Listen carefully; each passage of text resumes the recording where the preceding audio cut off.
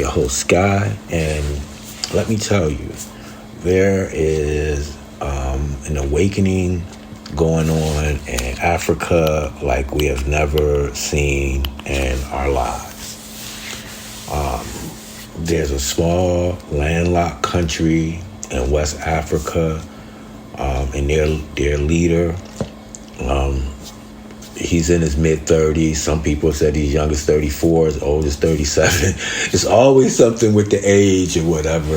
But anyway, man, his name is Ibrahim Traoré, and he's gonna go down even if he's taken out today, he will go down as one of the most successful and great leaders in African and world history. So definitely got a lot to discuss in regards to that. There was an executive order by our president that basically barred the Department of Education. Well, a judge has just repealed that order and ordered that the department be reinstated and every single employee that was fired from the Department of Education be reinstated. So, and in other news, there was a deportation plane, or I want to call it that because that's what they call it, but it's kidnapping, but for discussion's sake, headed to Sudan because he made a secret deal with an African country to accept refugees because they money hungry and this, that, and the other. Well, a federal judge stopped that plane mid-flight and ordered it to turn around and basically said that if it was to land and discharge the passengers, that every staff member on the flight, including the pilot and crew, would be charged. So it's definitely a lot going on. But like I said, man, let's start with Burkina Faso. And that's, like I said, a small country in West Africa. It's part of the Sahel region. It's bordered by Ghana, Togo, and Benin in the south. Also, I guess you could say Ivory Coast in the southwest, Niger in the east, and Mali in the north. Well, on September 30th, 2022, he came into power via coup. But now, since then, some of the amazing things he did, because we've heard this story before. They don't like what's going on with the current leader, so they take him out, whether they kill him or just make him step down, and then he goes into exile or whatever. Then another leader comes in, steals all the money and everything from the people, and depending on how good he is about staying in the power, and the people never benefit. Well, if Ibrahim Traoré is an example of what's to come, then them days are over. First thing he did was to start kicking out foreign interests. He kicked the French out of the gold mines, kicked the French army, got rid of all of the foreign military bases. But some of the smart things he did, one of the first things he did was he took two of the gold mines and he nationalized them. So not only was Burkina Faso mining their own gold for themselves, he also built reserves so then they can mine the gold and keep it. Before that, Foreign countries were coming in, pretty much mining the gold, paying them pennies on the dollar, and then selling them back the finished product at a regular rate. Pretty much taking their stuff out of their country, getting it refined, and then selling it back. Same thing with uranium, and we'll talk about that in a minute. Well, anyway, they were getting $1 billion per year to allow France to do that. And just 2 years of Burkina Faso having control of their own gold mines, they've built up a reserve of over 18 billion. So in the same amount of time they would have received 2 billion, they made 18 billion by getting France, out of the mix. But he didn't stop there. He knew that, kicking France out and letting them know that he no longer wanted to do business with them would lead to sanctions. And they were heavily in bed with the French from banking, from energy, anything you could think of. So when it came to the money in the bank, that he knew that the IMG would freeze the money that was in their accounts from Burkina Faso once all of this started. So what he did was he got with Malawi, Mali, Niger, Guinea, Togo, and Benin, and got them all to basically say that they didn't want to bank with them anymore as well. And by all of them pulling out all at the same time and creating their own currency, and then backing that currency with gold, so it's solid. The money is there. But then, what Ibrahim Faso did, Ibrahim Traoré is Burkina Faso is the country. Ibrahim Traoré is the president, Captain Ibrahim Traoré. But what he did and got the other countries to do was genius. He knew that people would panic when it comes to change. And he knew that there were people with, even in a poor country, some people have money. And he knew that they had a bunch of the CFA franc, even in the local banks, because that was the only currency that they had. Imagine using money that you got to pay another country to use. And that's what was going on with the CFA franc. But anyway, what he did was he created a digital wallet, easy to download, and basically got everybody to take their money out of the bank and convert the CFA franc into the Burkina gold currency. And when he did that, what made it so appealing is he gave everyone double what they had in the CFA franc in the new money. So everybody won. And I don't know if y'all remember not too long ago when the French stock market crashed, this is what caused it. And they didn't, and none of the major outlets wanted to report it as such. But now when you go back and you look at it, this is what caused it.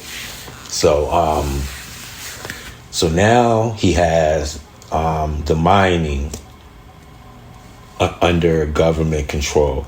And that's when they were trying to say, oh, he's trying to keep it for himself. No, he just wanted the French, the Germans, the United States, and everybody else that was over there taking it for pennies on the dollar and then selling it back at a premium price. But then let me let you know what he's done just in a little over 2 years to bring normalcy to his country. He has a a fabric and textile company and warehouse where they make their own fabrics and clothing, and they sell it. Did great help in the agricultural division where he supplied, tractors and other heavy machinery to the director of agriculture, and now they're growing all their own food. They have a tomato processing plant to where they're shipping tomato paste all over the country, and soon all over the continent, and then soon all over the world. Excuse me. Once again, got the gold mines under control. Then build gold reserves so that they can keep some of the gold, keep the gold that they're mining, and increase the worth of the country. They make their own concrete, and have their own processing plant for that. They have a bus line. They have a rail line. They have a new Burkina airline, because Air France pulled out, like, oh, well, you won't be able to travel. We'll take our airplanes and everything, and we'll get out of here or whatever. They don't need them anymore. Their own bus company with, I think it was like over 200 electric buses. They have an electric car that rivals all of the electric cars, but namely, obviously, the Tesla. Building hospitals all over the country. Already have 2 that are ready to open, state of the art. And this is the thing, everybody gets free health care, and all the patients are the boss. And if any doctor mistreats any of the patients, they will be removed. Like pharmacy, he has free housing for low income and homeless, as well as single moms. I don't know if I said the rail lines, but they're doing that. They're building new roads, building bridges and fixing the ones that are damaged to help build the gap between the center of the country and the rural outskirts or whatever. They're producing their own milk, have a milk processing plant now. And then, one of the smartest moves he did was he got trade deals done with Russia, Brazil, Turkey, China, India, and Iran. So now he has countries. So, France, UK, United States are all gonna not want to do business with them, or make it very hard, or make it very expensive. Well, he went out and made these deals. And one of the things I want to point out, man, was that he had a visit. I want to say it was April 30th, and he was going to travel to Moscow. Not only did he get the royal treatment, Putin sent a private plane and then 4 fighter jets to escort him to Moscow and back. He's been using his intelligence to spy on those that are trying to take him out, and has helped him avoid multiple coups. Has partnered, and I'm talking about Putin, has partnered with Burkina Faso in a respectful and in a real partnership. They're going to be building schools. Russian engineers are going to be helping with some of the buildings. Russia is helping. Where are the countries at? It's Niger, Mali, Burkina Faso, and I believe Chad. And they're all going to have nuclear power.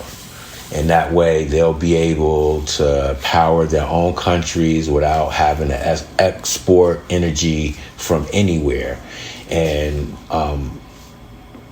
all of this is coming, man, and it's almost like it's unbelievable.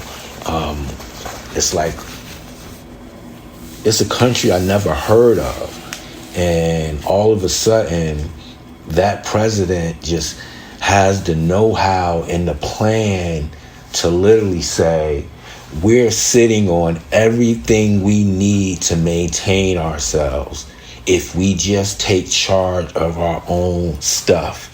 And I'm pretty sure there were other leaders who had these ideas and things like that. And obviously they had been taken out. I mean, look at what happened to Gaddafi. So the fact that this was start out and he's so loved that even when they went through all the trouble of sending spies. France sent a woman, I'll have her name around here, Claire, and I'll find it in a second.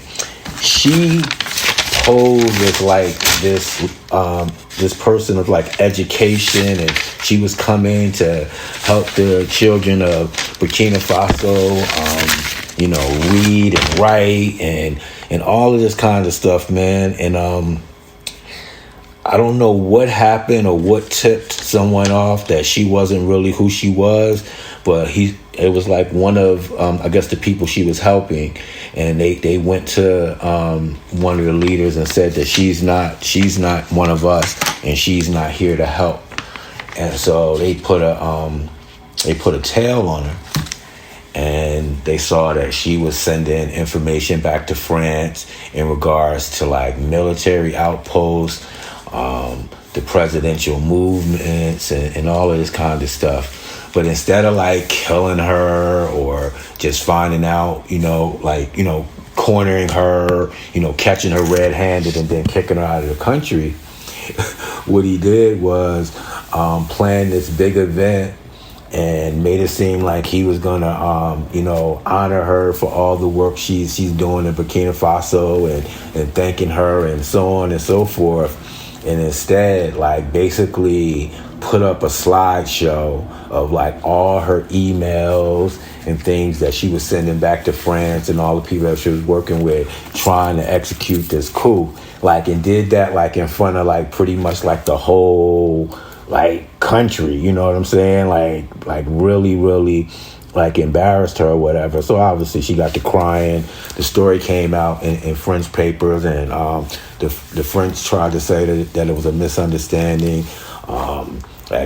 She doesn't, work for any type of like, government spy agency or whatever. Like they would admit it anyway.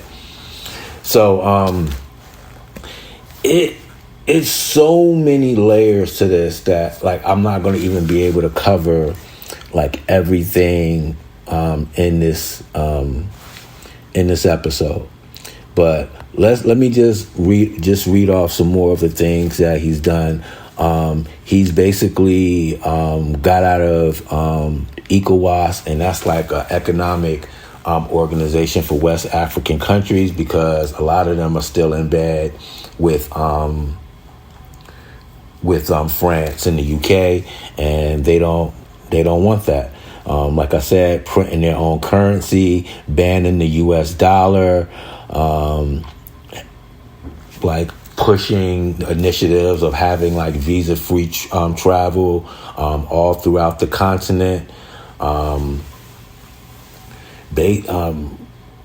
Basically, he is the president of one of the smallest countries in Africa, but he's pretty much like the leader of Africa. Like, now that other countries are seeing what he's doing, they're jumping on. Like I said, it started off with Burkina Faso, Mali, and Niger, but then it grew to Malawi, Guinea, Togo, Benin. Rwanda just kicked out got rid of the French army base. Excuse me, my bad. What is it? Rwanda, Gambia, was it Nambia? Let me pull out my African map, because I want to make sure I get all these countries right. But right now, he's convinced 14 former French colonies to pretty much say, yo, we done with y'all. Chad just got down.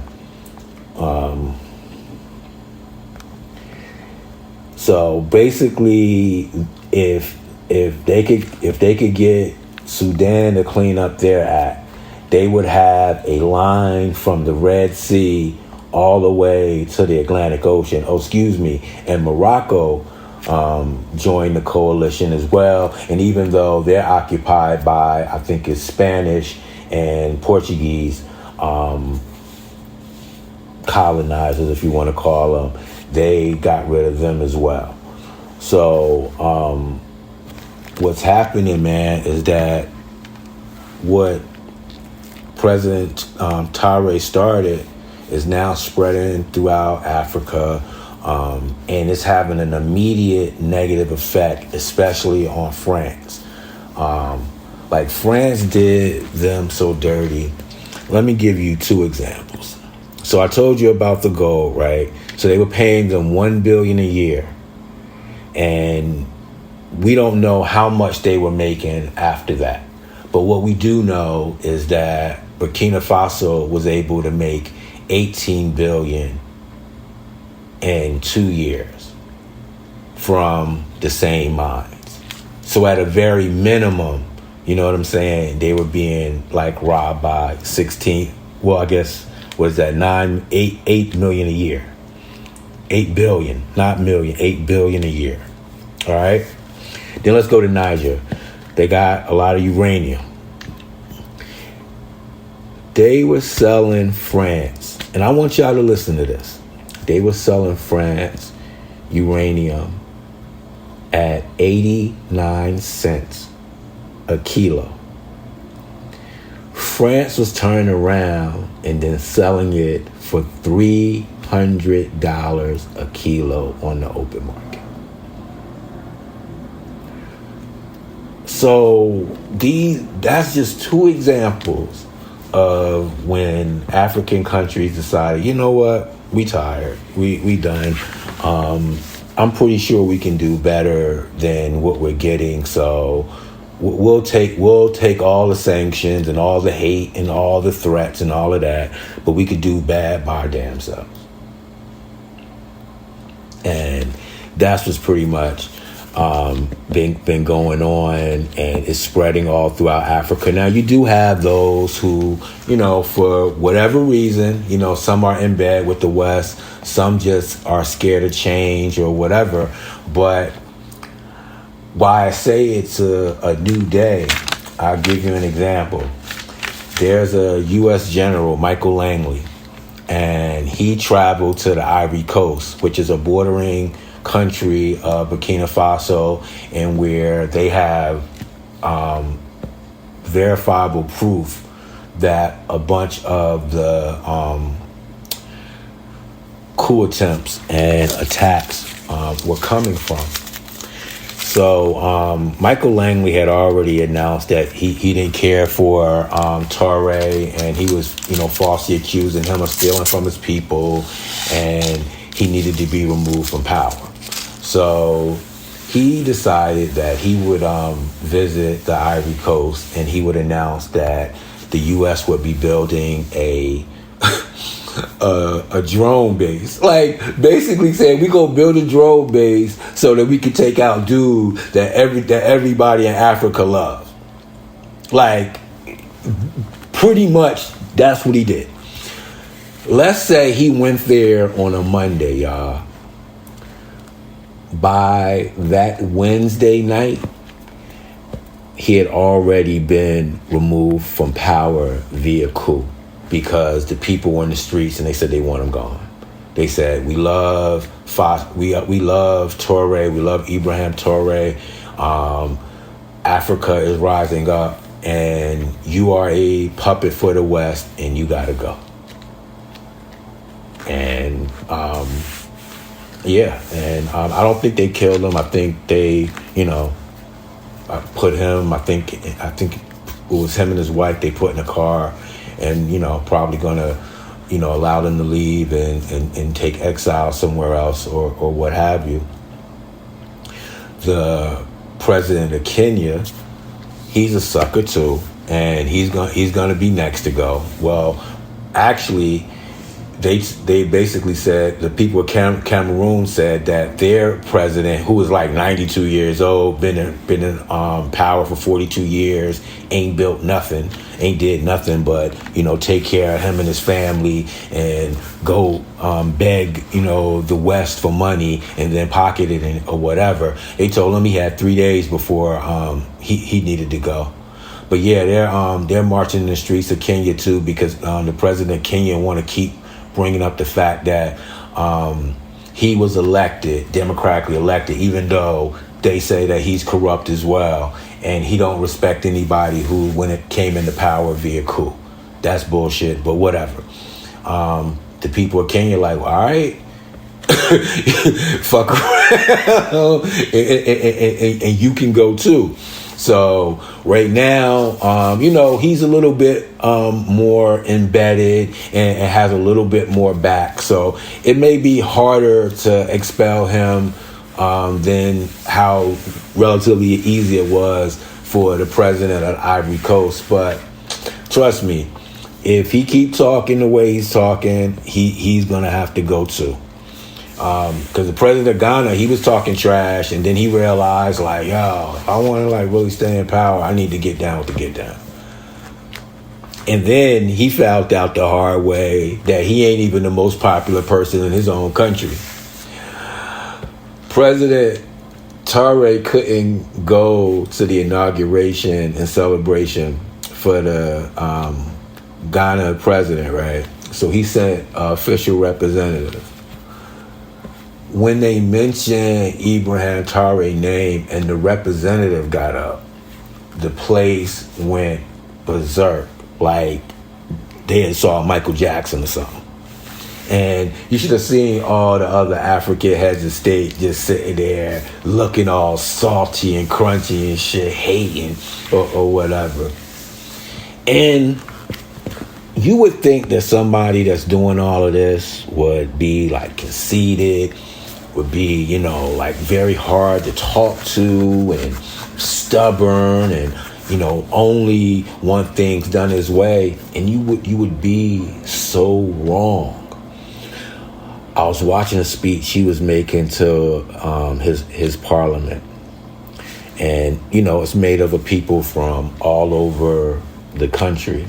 And he talked about how it's people in this country that are still mean and still heartless, that we have all of this success, all of this rebuilding in certain parts of the country, but we haven't gotten to every part of the country, can't, fix every place, right at once. But he was like, that still don't mean that we shouldn't forget about them. And he said, I went and I walked these places and these rural and obsolete places where people don't have enough water and barely have enough food and don't even have enough water to feed their cattle and different stuff like this. While, in the capital, they have all this progress. That's the damn word I'm looking for. Damn. And Mogadishu is the capital, and all the areas around that, like I said, they got car service, they got taxis, they got buses. Roads are being paved, new roads are being built, existing roads are being expanded. Low-income housing is being put up. Shopping malls, grocery stores, like all of these modern things are going on in and around the capital, but in very rural and hard to get places. He was just letting his parliament, as well as those in attendance, know that he was ashamed that more people who wasn't trying to help out those who haven't quite gotten the help that some of the people in the country has gotten. And I'm just like, yo, who is this dude? It was another clip. He was talking with 4 girls, early teens, and they talked about child marriage. And the little girl very eloquently was like, you would agree with me that 14 is too young for a young girl to be thinking about raising a family and, you know, being a wife, that she should be going to school and she should be learning more about herself and equipping herself, you know, and educating herself. And she was just like, I just politely asked that you would move the age of marriage from 14 to 18 like it is in some other countries. And he was just shaking his head like just smiling like, you know, I agree with you. And, you know, I haven't seen reports that has happened, so I don't want to, you know, say something that he didn't do. But how receptive he was during that interaction, I want to say that he did. All right. And I want to wrap this up. Because like I said, there's so much going on in Africa right now. It's going to be multiple shows, multiple podcasts that will cover this. But I want to leave you with this. The Prince of Saudi Arabia contacted Ibrahim Taro, and he's Muslim, right? And he said, hey, I want to partner with you. I like what you're doing. You know, I like your style. Whatever. I want to build 200 mosques all across your country. My man said, if the Palestinians can pray, can pray outside, my people can too.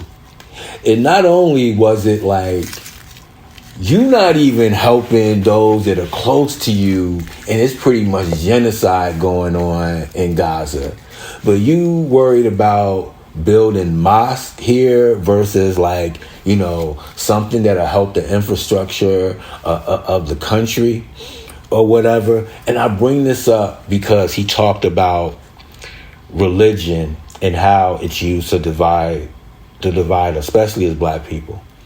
And he basically outlawed any religious fighting, and basically it'll be punishable by jail.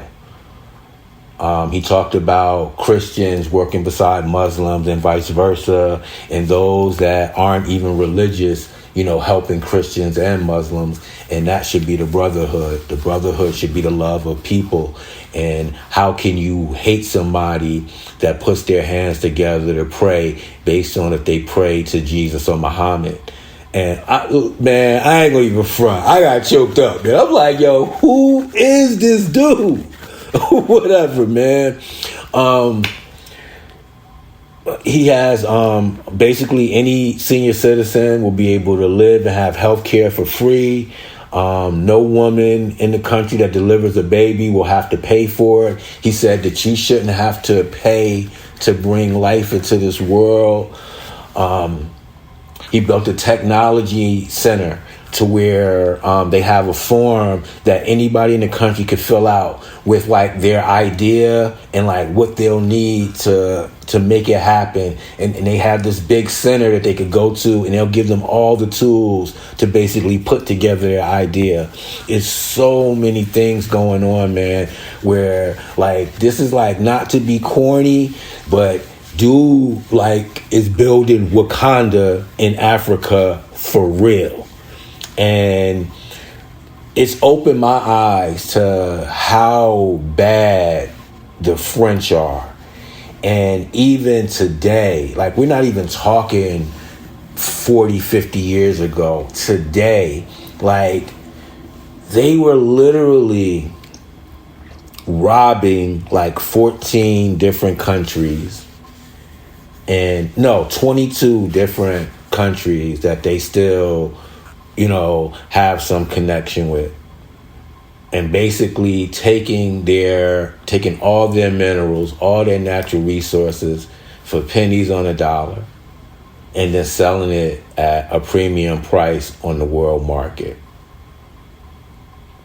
And it wasn't until this great dude decided that enough was enough and has lit a fire all over Africa, and Africa is starting to wake up and basically saying, hey, you never helped us. You never wanted us to succeed. So you can just leave. Now, do you think that the West is going to sit back and just watch? They're going to try to create ways to keep them fighting, to keep stuff going on in other parts of the country, and then, have neighboring countries bomb, successful countries to start a civil war and different stuff like that. We know that's coming. I just hope that the Russians and the Chinese see what's going on and don't allow this to happen, because I just feel like right now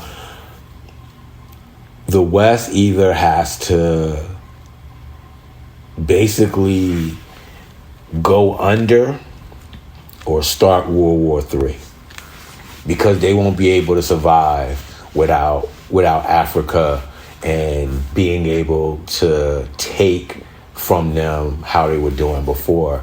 If the US, the UK, France, Germany, and so on and so forth, if they have to do like legitimate business with Africa, they can't survive. So we definitely in a different time in